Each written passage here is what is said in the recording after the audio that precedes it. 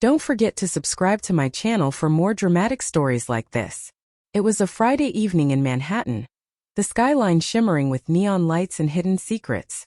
My wife Lauren had spent nearly 2 hours preparing for my company's annual gala, Henderson & Wolf Investments. She looked stunning in a navy gown that hugged every curve perfectly. Her golden curls cascaded over her shoulders, and she wore the signature perfume she always chose when she wanted attention. I remained silent while she examined her reflection, convinced this night was all about my boss.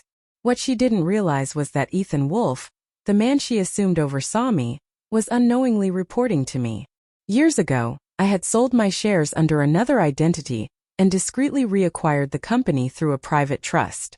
No one, not even Ethan, had the faintest clue who the true owner was.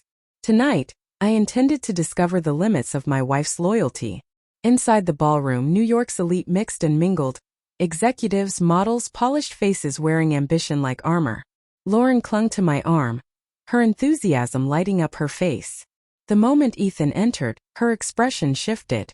Tall, self-assured, perfectly tailored suit.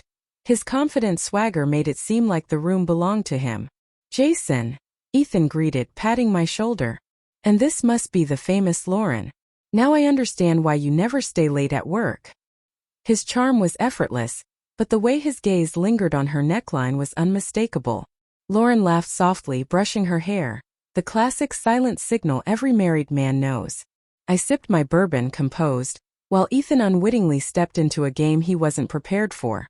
Throughout the evening, he gravitated toward her, refilling her drink, complimenting her gown, leaning close enough for her to feel his breath.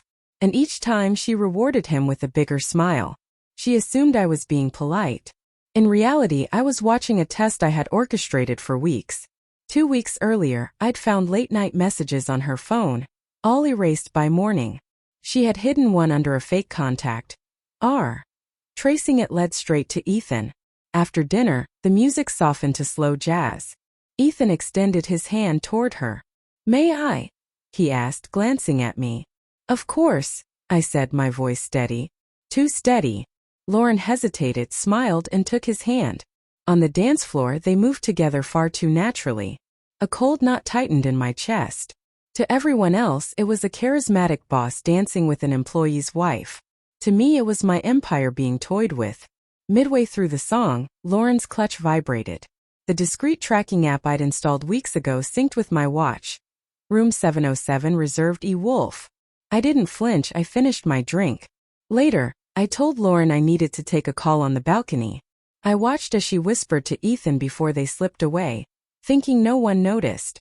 15 minutes later, they entered room 707. I followed silently with a prearranged key card. Every detail was set. The reservation, cameras, even chilled champagne waiting on the bed. Through the narrow crack of the door, I saw exactly what I needed. Ethan's jacket hit the floor. Lauren's laughter, once my favorite sound, filled the room. I didn't interrupt. I watched long enough to let betrayal etch itself into memory. Then I shut the door and locked it from the outside. Returning to the party, I stayed calm. Board members praised the successful event, unaware of the storm I had set in motion. The trap was tightening. At midnight, hotel staff knocked on room 707 after a noise complaint. Security entered and cameras recorded everything. Ethan's pristine public image collapsed instantly. Lauren's carefully constructed facade crumbled along with it. By morning, the story had exploded across every business outlet. Ethan Wolf resigns amid scandal.